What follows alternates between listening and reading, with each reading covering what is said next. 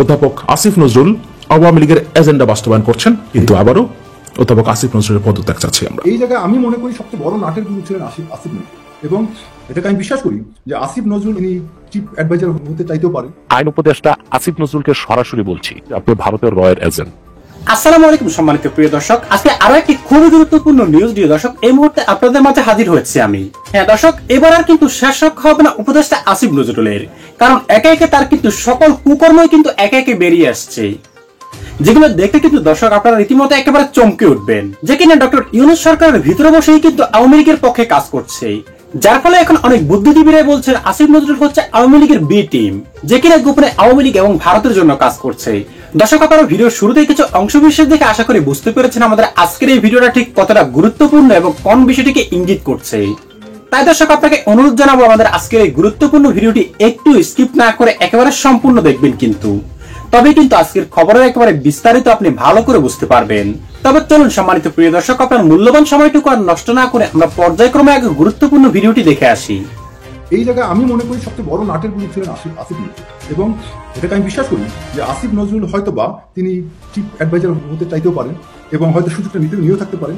আবার আমি অনেকগুলো জায়গায় শুনেছি যে আসিফ নজরুল সেনাপ্রধানের সাথে বিভিন্ন সময় যোগাযোগ করেছেন, তারপরে সাবেক ডিজিএফআই ডিজি জেনারেল হামিদ, তার সাথে তার একটা ভালো সম্পর্ক ছিল, এবং সেই সময় থেকে হয়তো বা সেই ডিজিএফআই ডিজি এমন হতে পারে সেনাপ্রধানের কাছে আসিফ নজরুলকে নিয়ে গেছেন, তার সাথে একটা সংকট হয়েছে, হয়তো সেনাপ্রধান সরল মনে আসিফ নজরুলকে বিশ্বাস করে থাকতে পারেন, বাট আবার আসিফ নজরুল হয়তো তার এটার সাথে একটা ষড়যন্ত্র করে সেই সুযোগটা নিয়ে থাকতে পারে। একটা বিষয় হচ্ছে কি যে এখানে সন্দেহ করার বিষয় আছে কিনা এটা বলবো, পুরোটাই সন্দেহের মধ্যে আমরা আছি, পুরোটাই একটা গোলক ধাঁধার মধ্যে, সত্যিকার অর্থে একটা মোনাফিক এনভায়রনমেন্টের মধ্যে আছি। মানে আসলে কে সত্য বলে কে মিথ্যা বলে এগুলো আমরা বাংলাদেশের সাধারণ জনগণ আমরা এখন এমন একটা মাইন্ডকাচিকর মধ্যে আছি যে আমরা আসলে না পিছিয়ে যেতে পারি না সামনে যেতে পারি, বাট আমরা এখন শুধু আমার মনে হয় এখন আল্লাহর প্রতি তাওয়াক্কুল করে আমাদের একদম বলিষ্ঠ কণ্ঠে আমাদের সত্য কথাগুলো বলে যাওয়া উচিত। আমরা এখন মানে সত্যিকার অর্থে আমি কাকে ইমাম ভাববো, আমাকে যদি সত্যি করে যদি বলেন আমি এই মুহূর্তে আসলে কাউকে ইমাম ভাবতে পারছি না। মানে আমার কাছে যেদিকে তাকাই সেখানে মনে হচ্ছে একটা মুনাফিক ভণ্ড ধান্দাবাজ বা একটা মতলববাজ সবাইকে মনে হচ্ছে। মানে সব মানুষগুলো, আবার কেউ যদি সৎ থাকে তার মধ্যে একটা ইগো থাকতেছে, তার ওই ইগোর কারণে আমরা ভুগতেছি। আবার কেউ যদি আবার মানে খুব নরম মেজাজের মানুষ হয় তিনি দেখা যায় একটা অসৎ, আবার কেউ যদি সুন্দর করে কথা বলে তিনি হচ্ছেন একটা ভণ্ড, আবার কেউ নরম করে খুব সুন্দরভাবে মধুর মধুর কথা বলছেন বাট আসলে তার মধ্যে প্রতারণায় ভরপুর, আবার কেউ হয়তো একটু মানে সব মানুষ, কোনো একটা মানুষ অ্যাকচুয়ালি দেশপ্রেমের কথা চিন্তা করে দেশের ভালো চাইলে ভাই তার মধ্যে কয়েকটা গুণাবলী থাকা উচিত, তার মধ্যে পরম সহিষ্ণুতা, ধৈর্য থাকা উচিত, তার মধ্যে সততা, একাগ্রতা থাকা উচিত, ডেডিকেশন, উৎসর্গপরায়ণ থাকা উচিত। উৎসর্গপরায়ণ কেন বললাম যে আপনি একটা দেশের স্বার্থে জনগণের স্বার্থে আপনাকে অনেক কিছু স্যাক্রিফাইস করতে হবে। এখন আমরা বর্তমান পরিস্থিতিতে আমি আসলে সেনাপ্রধানকে নিয়ে, সেনাপ্রধান তিনি ভালো হন মন্দ হন তিনি আমাদের একটা ইনস্টিটিউশন, যে কারণে আমি সেনাবাহিনীর একটা কমিশন অফিসার হিসাবে আমি সেনাবাহিনীর সকল সিনিয়র কর্মকর্তাকে চেষ্টা করি সবসময় সম্মান করতে, তদূর সেনাপ্রধানকেও আমি সম্মান রেখেই বলছি।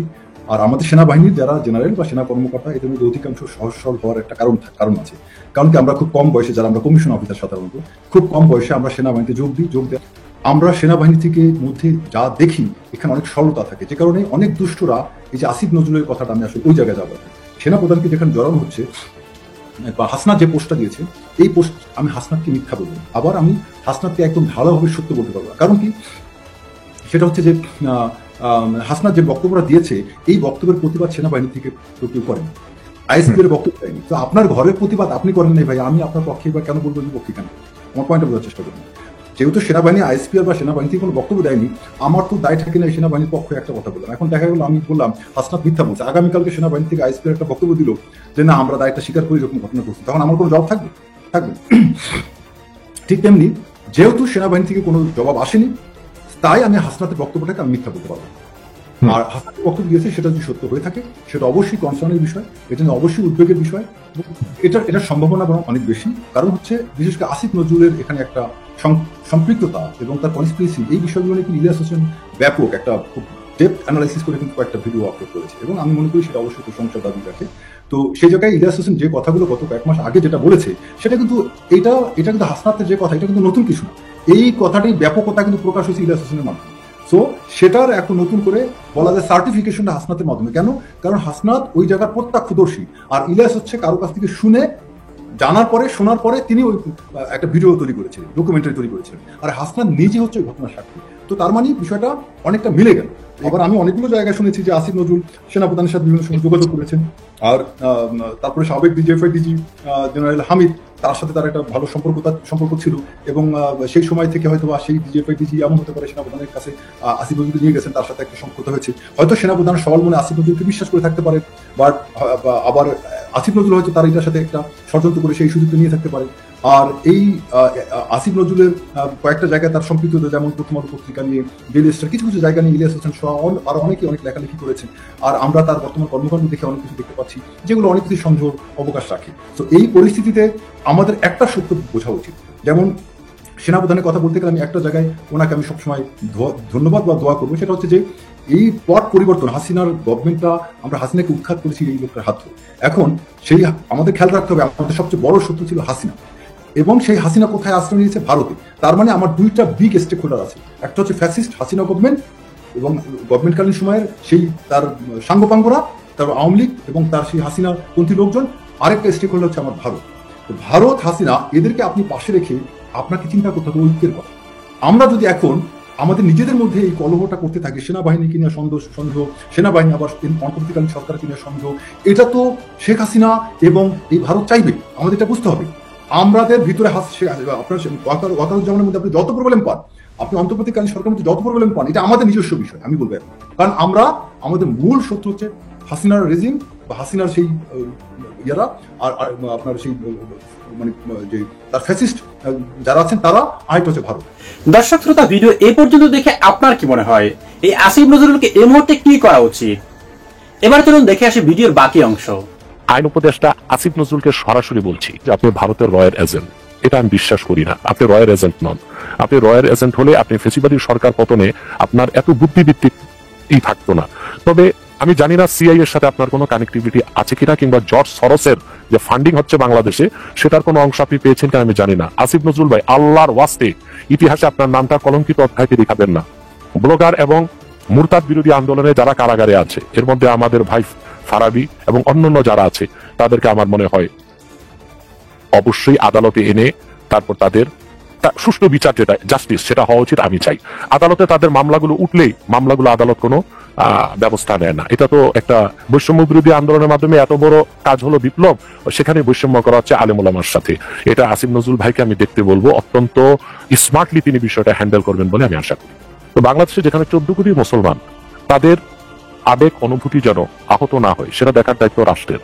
কিন্তু আমরা দেখেছি আগের সরকার আমাদেরকে বারবার আমাদের হৃদয়কে রক্তাক্ত করেছে, কোনো বিচার করেনি। শাহবাগে যে নাস্তিকগুলো ছিল, কুখ্যাত ব্লগার রাজীব সহ, এই নাস্তিকদের কোনো বিচার আওয়ামী সরকার করেনি। শুধু তাই না, বাংলাদেশ স্বাধীনের পর থেকে কোনো নাস্তিক ব্লগার বা সাদেমের শাস্তি কোনো সরকার করেনি। দাউদ হায়দার ছিল, যতটুকু মনে পড়ে, জিয়া রহমানের আমলে। দাউদ হায়দার যখন কুফর করেছিল তখন তাকে কিন্তু নিশ্চিন্তে দেশের বাইরে যাওয়ার সুযোগ দেওয়া হয়েছিল। তাসলিমা নাসরিন, সেও ছিল গত বিএনপি সরকারের আমলে, তখনও কিন্তু তাসলিমা নাসরিনকে আইনের আওতায় আনা হয়নি, বরং তাকে তার সিকিউরিটি থ্রেট ছিল, এই জন্য তাকে সর্বোচ্চ নিরাপত্তা দিয়ে তখনকার সরকার বিদেশ পাঠিয়ে দিয়েছিল। পরবর্তীতে শাহবাগ চত্বরে যত নাস্তিক ব্লগার ছিল তাদের প্রত্যেকেই বিদেশে যাওয়ার সুযোগ করে দিয়েছিল আওয়ামী সরকার। তো রাষ্ট্র তো কখনোই আমাদের মুমিন মুসলমানদের কোনো অধিকারই রক্ষা করছে না। তারপরে মনে করুন রাখাল রাহা এবং গালেব, আমরা তাদের মনে করুন আমি এক্সট্রিমিস্ট, আমি চরমপন্থী, আমি ফান্ডামেন্টালিস্ট, আমি মৌলবাদী, আমি তো তার মৃত্যুদণ্ড চাইবই, এটা তো আমি চাইতেই পারি। কিন্তু রাষ্ট্র কি করেছে এই পর্যন্ত? তাদেরকে কি তলব করেছে রাখাল রাহাকে বা গালেবকে? রাষ্ট্রের কি এতটুকু দায়িত্ব ছিল না অন্তত তাদের গ্রেফতার করা? তাও কি কেন করলো না? তাহলে বোঝা যাচ্ছে রাষ্ট্র তাদের পৃষ্ঠপোষকতা দিচ্ছে। অতএব মুসলমান ইসলামের সুমহান স্বার্থ রক্ষায় রাষ্ট্র যদি তাগুতের পক্ষ নেয়, তখন মুসলমান আইন হাতে তুলে নেবার অধিকার পায়। এটা কোরআন সুন্নাহ সুস্পষ্ট ফাতোয়া দিয়ে প্রমাণিত। দ্বিতীয় কথা, আপনাকে একটা প্রশ্ন, ও আপনার মাধ্যমে রাখাল রাহ গালেবের অনুসারীদেরকে আমার প্রশ্ন, 5ই আগস্ট দেশে যে রেগুলেশন হয়েছে, এটা কি গণতান্ত্রিক পদ্ধতিতে হয়েছে? কত মানুষ নিহত হয়েছে? তখন ফেসিবাদী সরকারের তাবেদারি করতো যারা, প্রজাতন্ত্রের কর্মচারী হিসেবে পুলিশ মাঠে নেমেছিল, অসংখ্য পুলিশকে তো হত্যা করা হয়েছে, আমাদের অনেক ভাই নিহত হয়েছে, শহীদ হয়েছে, অনেক পুলিশও তো নিহত হয়েছে। সম্মানিত দর্শক শ্রোতা, ভিডিওটি এই পর্যন্ত দেখার জন্য আপনাকে জানাই অসংখ্য ধন্যবাদ। এবং আজকের আলোচিত বিষয়গুলো দেখার পর দর্শক আপনার কি মনে হয়, ডক্টর ইউনূস সরকার সফল হতে হলে কি আসিফ নজরুলকে সরানোর দরকার নয়? তবে কেন ডক্টর ইউনূস আসিফ নজরুলকে সরাচ্ছেন না এখান থেকে? তবে কি ডক্টর ইউনূসেরও হাত পা বাঁধা? হ্যাঁ দর্শক, এক এক সময় তো এরকমটা মনে হয় যে সরকার চালাচ্ছে আসিফ নজরুল, ডক্টর ইউনূস নয়। তাই দর্শক আপনাকে অনুরোধ করবো আজকের ভিডিওর উপর পর্যালোচনা করে অবশ্যই কিন্তু আপনার মূল্যবান মতামতটুকু আমাদের কমেন্ট বক্সে জানিয়ে যাবেন, কারণ আপনাদের এই মতামতটুকু আমাদের কাছে খুবই গুরুত্বপূর্ণ। দর্শক আজ এ পর্যন্তই, আশা করি সকলে অনেক ভালো থাকবেন। আল্লাহ হাফেজ।